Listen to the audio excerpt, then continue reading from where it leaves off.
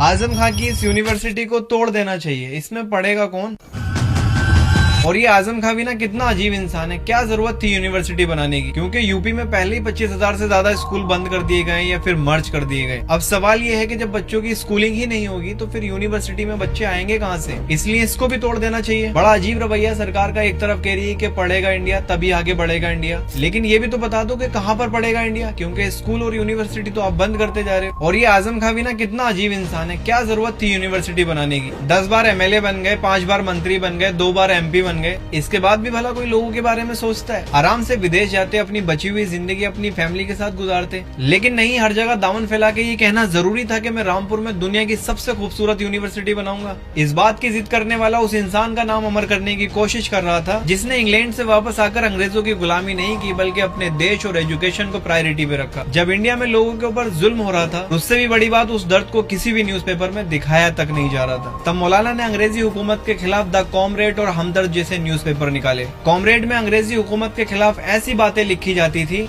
जो उस वक्त में किसी की बोलने तक की हिम्मत नहीं होती थी, और इसी वजह से मौलाना को बार बार जेल में डाला जाता था। जब मौलाना मोहम्मद अली जौहर राउंड टेबल कॉन्फ्रेंस के लिए लंदन गए थे, तब उन्होंने अंग्रेजों के देश में उनके बीच में बैठकर कहा था कि मैं अपने मुल्क की आजादी लेने यहाँ आया हूँ और मैं आजादी लिए बगैर वापस नहीं जाऊंगा। और मौलाना के इंतकाल के बाद महात्मा गांधी ने कहा था कि हमने मोहम्मद अली जौहर के...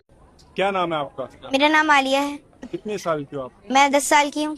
अच्छा, सरकार आरडीए का एक आदेश आया है जिसमें बताया गया है कि राम जौहर यूनिवर्सिटी जो है वो उसके 40 में से 38 इमारतें अवैध है।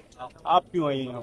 मैं यहाँ पे प्रोटेस्ट के लिए आई हूँ, अपना फ्यूचर बचाने के लिए आई हूँ, क्योंकि आगे चल के मुझे भी इस यूनिवर्सिटी के अंदर पढ़ना है, और अगर ये यूनिवर्सिटी टूट जाएगी तो मैं कहाँ पढ़ूंगी या बाकी और लोग कहाँ पढ़ेंगे? लेकिन गवर्नमेंट तो कह रही है ना अवैध है इमारतें, अवैध है तो टूटनी चाहिए। देखिए, फरवरी 2026 में जिन यूनिवर्सिटी की जांच हुई थी उनमें से 32 यूनिवर्सिटियां अवैध पाई गई थी, जबकि उन यूनिवर्सिटी में इस मोहम्मद अली जौहर यूनिवर्सिटी का तो कहीं नाम नहीं है। अगर हो तो आप मुझे दिखा दिए, आप इसको कहां से अवैध कह सकते हैं?